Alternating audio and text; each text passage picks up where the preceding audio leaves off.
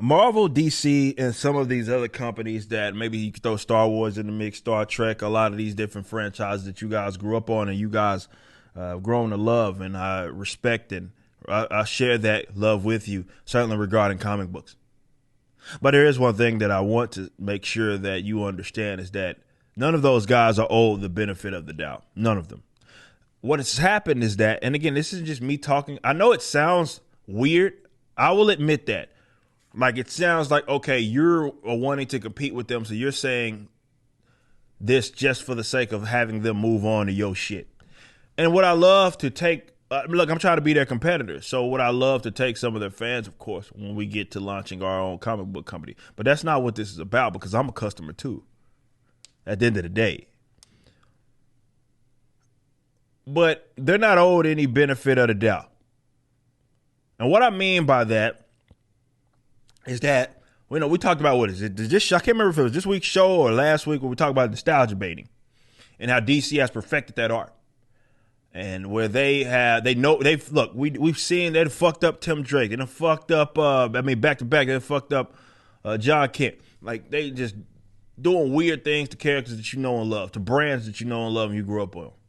That's what they're getting off on. They're doing it purposely. Tom Taylor, with his smug butt face, is going around media the day the book comes out, already having a Superman with a rainbow S on it, like at the chest. That was what that was about. Clearly, they already got merchandise for that dumb shit. But what happens is these guys end up coming out with something new, right? And they come out with something new. Like, I'll just use an example. Just keeping it in DC. It's the Batman, right? The Batman with Robin. What is it? Robert Paddington Bear. And he is in this movie, and it's Batman. So it's the nostalgia bait aspect. It's like fucking already like 5 tokenized characters in there. But nonetheless, all the cinematography looks real cool. Trailers look good. And then now people are back hyped up on DC, knowing good and goddamn well they're going to fuck that up. But more importantly, they fucked up so much other shit. Which, you want to be real. Supporting this shit goes and funds other projects for them to run other people into the ground. But see, what happens is we look at something and it looks like shit, right? It looks like absolute dog shit. And I'm like, all right, well, it looks like dog shit. That's what it is. Or something I'm not interested in. I'm not talking about the Batman. I'm saying like just really anything. Just speaking kind of generically, because this can apply to not just Marvel, DC, or other things. And it's like this whole wait and see aspect when I say something, I'm like, yeah, I'm not interested in that, right? I'm kind of off of this right now. I'm not interested in that. And someone will reply and say, well, you got to give it a chance, right? Let's wait till it comes out. We'll see. I'm like, wait. Considering what this company does, considering what I've watched them do in their books, considering what we've seen them do in live action, why do I owe them the benefit of the doubt? Why do I owe them that?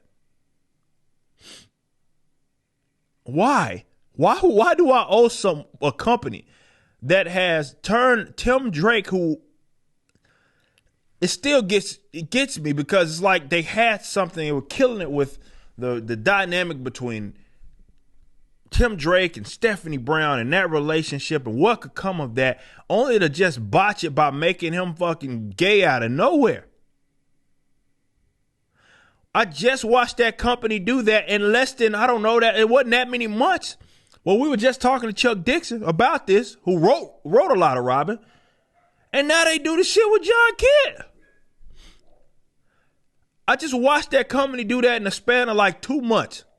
Why do I owe that company the benefit of the doubt for anything? Why do I owe them a wait and see? I don't owe them shit. You don't either. You don't either. The nostalgia bait is real. I used to fall for it. And I kind of had to pry my way around, like, because they throw you the bait. They're like, here's the bone right here. And you're like, oh, man, that looks like it might be decent. Hell, they may even put out a decent book. Right? They'll give you something that's okay, modern era. Surrounded by shit, but that one thing is okay. So it keeps you around and it keeps you intrigued as they continue to destroy characters. They depend on your money, your investment, your time, your eyeballs. That's what they depend on. And so as long as they got that, you can damn assure that they're going to continue to run the motherfuckers into the ground. They're hell bent on that. They've shown you that.